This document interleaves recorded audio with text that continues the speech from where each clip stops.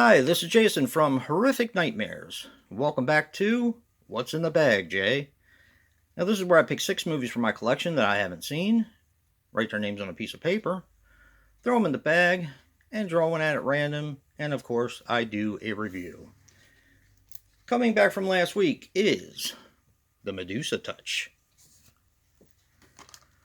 Rabid Grannies, Red Riding Hood, Dark Stories, Scarecrow County, and making its debut this week is Love and Monsters. Alright, I'm going to give the bag a good tussle, and we're going to see what we're going to watch this week.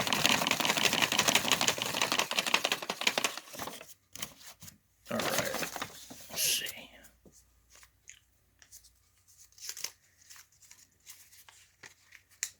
Alright, we have The Medusa Touch. I'm going to set that aside while I set all the other movies side by side by side and take my trusty Freddy vs. Jason die, and we're going to see what comes back next week.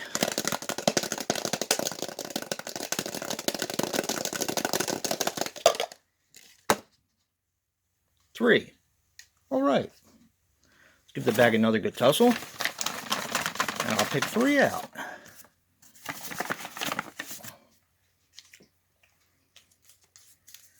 Pick number 1 is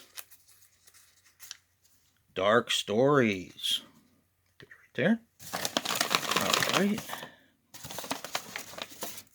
Pick number 2 is Love and Monsters. And pick number 3 is Scarecrow County. Alright. If you want to see me review Rabid Grannies or Little Red Riding Hood, make sure you vote. Right now, I'm going to go watch The Medusa Touch and come back with a review later. Well, I'm back. I just watched The Medusa Touch, and here are my thoughts. The Medusa Touch is a 1978 film, which runs approximately 109 minutes, and is directed by Jack Gold. Now, he passed away on August 9th, 2015, at the age of 85. He was responsible for The Chain, The Sailor's Return, and Aces High. Now, this stars Richard Burton as John Mortar. He passed away on August 5th, 1984, at the age of 58. He was in 1984, Obsession, and Breakthrough, which is actually a VHS I just picked up. I haven't watched it yet, but it's like a war movie. Looks pretty good. This also stars Lee Remick as Dr. Zonfeld. She passed away on July 2nd, 1991 at the age of 55. She was in Touch Me Not, Telephone with Charles Bronson, and I always knew her from The Omen playing the mom. And Lino Ventura as Detective Inspector. He passed away on October 22nd, 1987 at the age of 68. He was in The Grilling, The French Detective, and The Cage.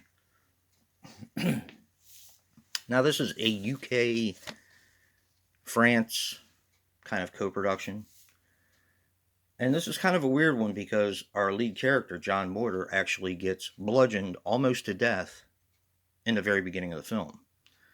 So he is in a coma in the hospital, and you have a French inspector teaming up with a British detective trying to figure out not only why he was bludgeoned, but a little bit more about this guy, John Mortar, who pretty much keeps to himself.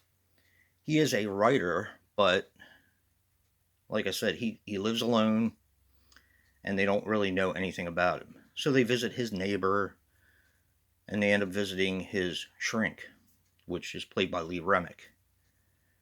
Now, she is very insightful as to who John Mortar is. Apparently, John Mortar thinks he can make things happen with his mind. And most of it is told in flashbacks from his life. As a couple of examples, um, he had a nanny or an au pair who used to read him horrible stories at night just to scare him because she didn't like him. And he was sick with measles, so he actually gave her measles and killed her in his mind, with his mind. And his parents were very mean to him, and his father not so much, but his mom was always said he was a dreamer and he would amount to nothing, and was always kind of mean to him. And he kind of staged an accident. And that's the whole point of this film.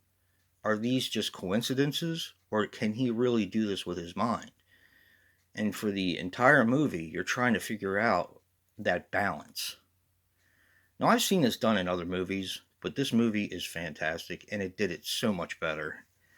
I was thoroughly impressed with this movie, and this is another one from the 70s that is a rated PG film that hardly has any blood, doesn't have any nudity, and it brought me back to what a horror novel reviewer said the other day, when because he's doing our top two for Tuesday or whatever. It kind of impresses me more, and it made sense what he said, and I completely agree that when a director is working with a PG rated film, they have to do more. They can't rely on shocks from gore and shocks from nudity, gratuitous nudity, or anything like that in order to move the movie along. You have to really shock the audience and put them in an uncomfortable situation. I completely agree with that. And this film really does it. I want to say so much more about it, but I'm not going to because I don't want to spoil it for anyone. But it's basically um, them trying to find out if he's really doing these things or if he's just a little unstable. But yeah, this is a fantastic movie. I definitely recommend this one if you can get a hold of it. I know I was lucky enough to find it on VHS. It is available in Blu-ray. Imprint did a version of it, but I think I'm going to keep this VHS. I want it on VHS. It just has that 70s quality, and it just feels good to watch it on VHS. So yeah, definitely vote for the ones that didn't make it. And if you like what you see in here, hit that like button and subscribe. And until next time, peace.